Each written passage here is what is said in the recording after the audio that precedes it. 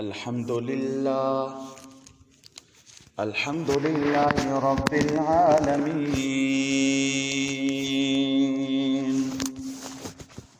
والعاقبة للمتقين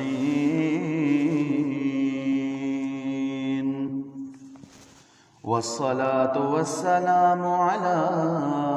سيد الرسل وخاتم النبيين وعلى آله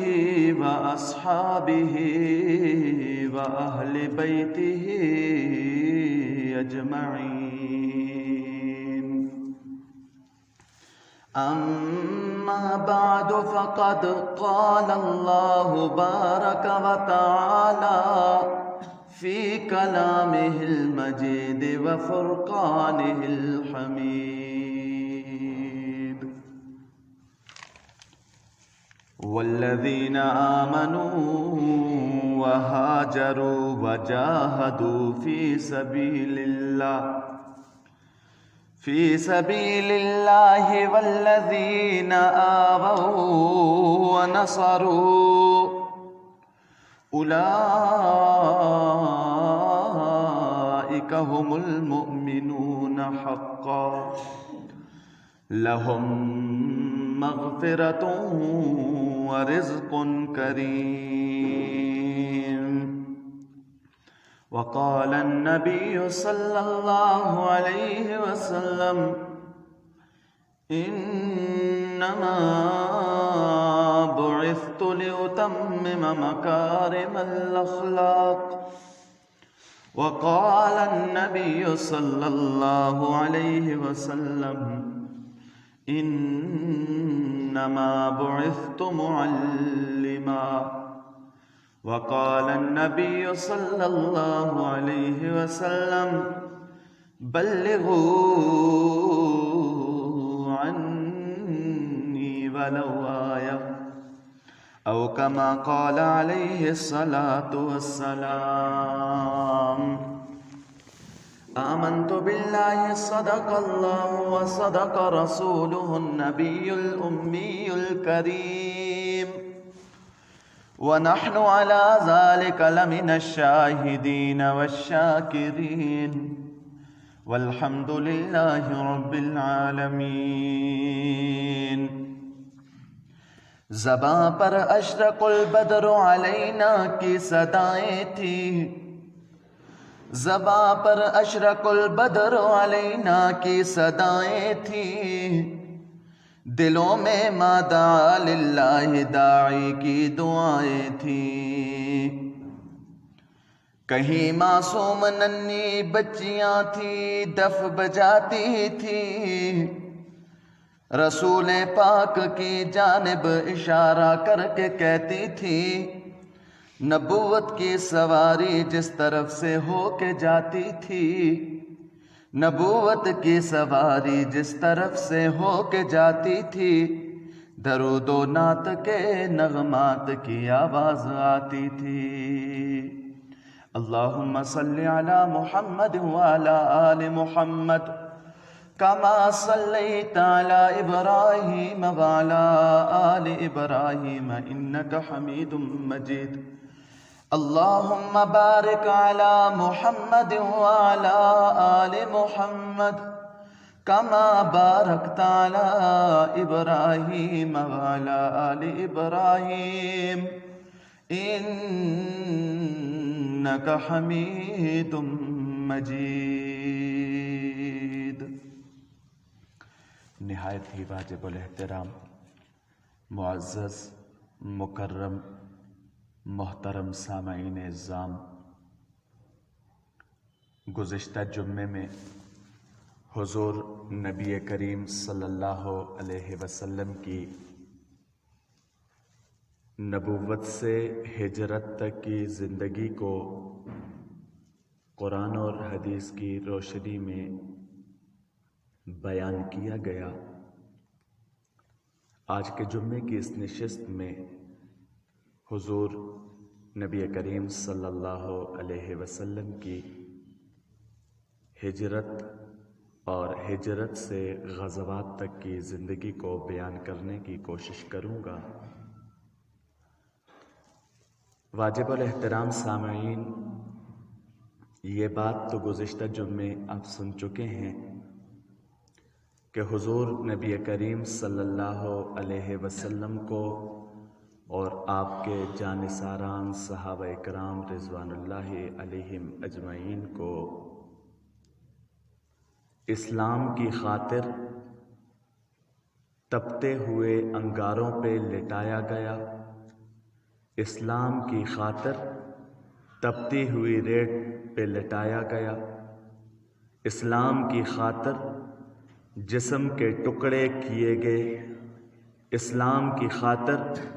طرح طرح کی تکالیف، مصائب اور آلام صحابہ کرام رضوان اللہ علیہم اجمعین نے برداشت کیے، اور خود حضور نبی کریم صلی اللہ علیہ وسلم نے بھی بے شمار موقعوں پر تکالیف برداشت کی، بلکہ یہ سمجھیے کہ جب جہاں پر صحابہ کرام رضوان اللہ علیہم اجمعین کو تکلیف دی گئی تو دوسری جانب آقا علیہ الصلاۃ والسلام کو بھی چین اور سکون سے نہیں رہنے دیا گیا۔ آخر میں طائف کے میدان میں حضور نبی کریم صلی اللہ علیہ وسلم کے ساتھ جو طائف والوں نے سلوک کیا وہ بھی انتہائی متشددانہ تھا۔ آقا علیہ الصلاۃ والسلام کے پاؤں مبارک لہو لہان ہوئے، اور بالآخر آقا علیہ الصلاۃ والسلام نے ایک درخت کے سائے میں بیٹھ کر اللہ سے دعا مانگی۔ یوں حضور نبی کریم صلی اللہ علیہ وسلم کا نبوت کے بعد کا ابتدائی 13 سالہ دور جب مکمل ہوا تو اللہ کی طرف سے اہل ایمان کو مکہ کو چھوڑ کر مدینہ کی طرف جانے کا حکم ہوا، جسے ہجرت ثانی بھی کہا جاتا ہے، اس لیے کہ پہلی ہجرت مسلمانوں نے حبشہ کی طرف کی تھی، اور اب مسلمان مکہ سے مدینہ کی طرف ہجرت کرنے لگے ہیں۔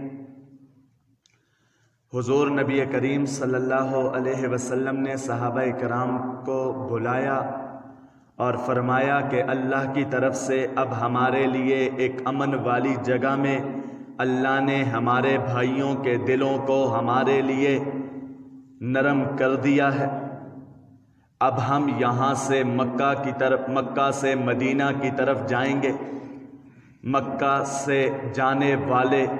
مسلمانوں کے لیے مدینہ والوں کے دلوں کو اللہ نے نرم کر دیا ہے، اور مدینہ والے اپنے ان مہاجر بھائیوں کا اعزاز و اکرام بھی کریں گے،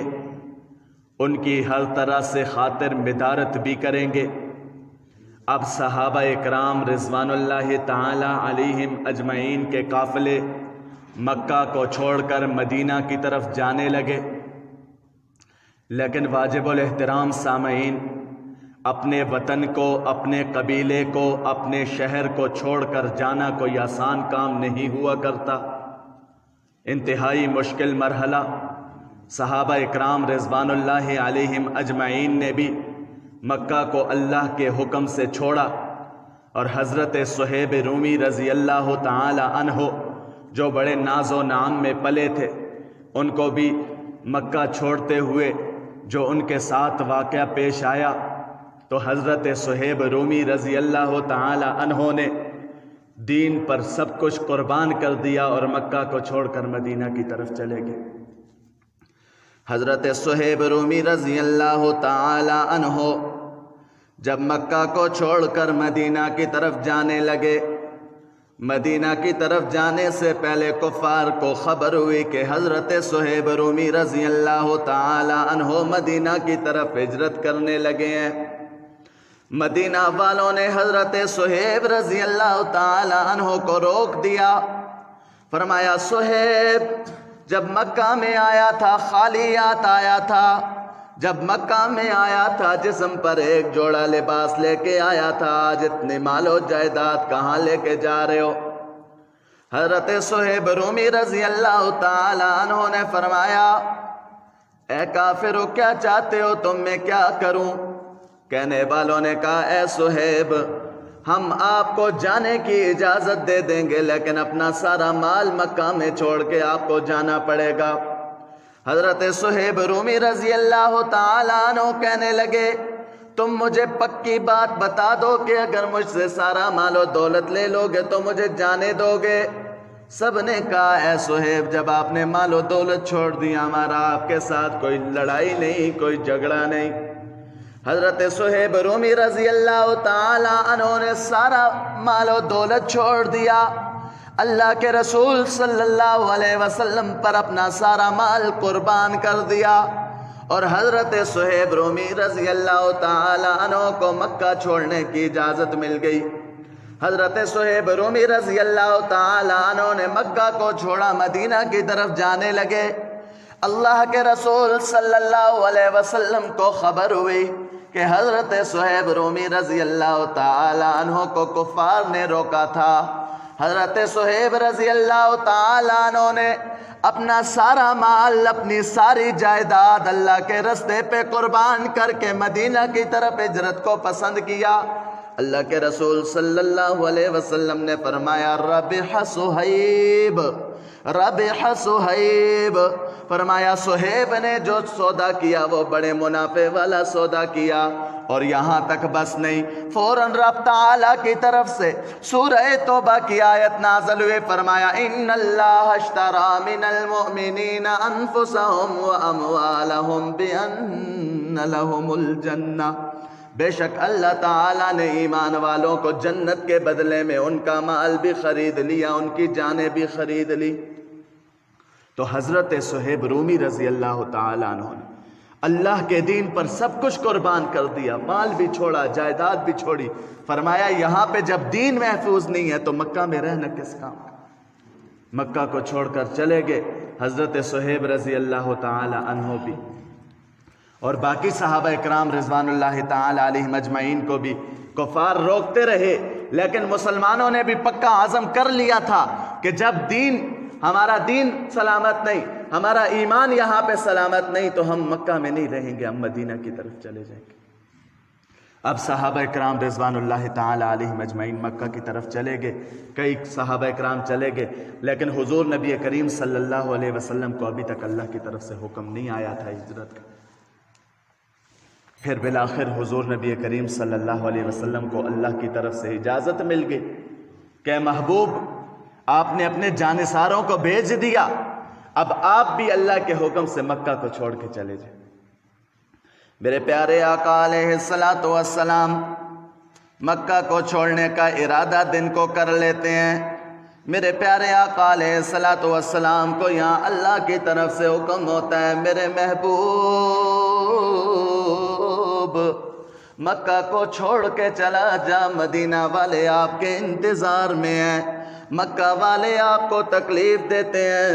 مکہ والے آپ پہ ظلم و ستم کرتے ہیں، مکہ والے آپ کا انتظار کرتے ہیں کہ آپ سجدے میں چلے جائیں، اونٹ کی اجڑی لا کے آپ کے اوپر پھینک دیتے ہیں، مکہ والے آپ کا انتظار کرتے ہیں، آپ کسی گلی سے گزرنے لگے اوپر سے کچرا آپ کے اوپر پھینک دیتے ہیں، مکہ والے آپ کے گزرنے کا انتظار کرتے ہیں کہ جس رستے سے آپ گزریں گے کانٹے بچھا دیں گے۔ میرے محبوب مکہ کو چھوڑ دے، مکہ کو چھوڑ کے مدینہ کی طرف چلے جاؤ، مکہ کو چھوڑ کے مدینے کی طرف چلے جا،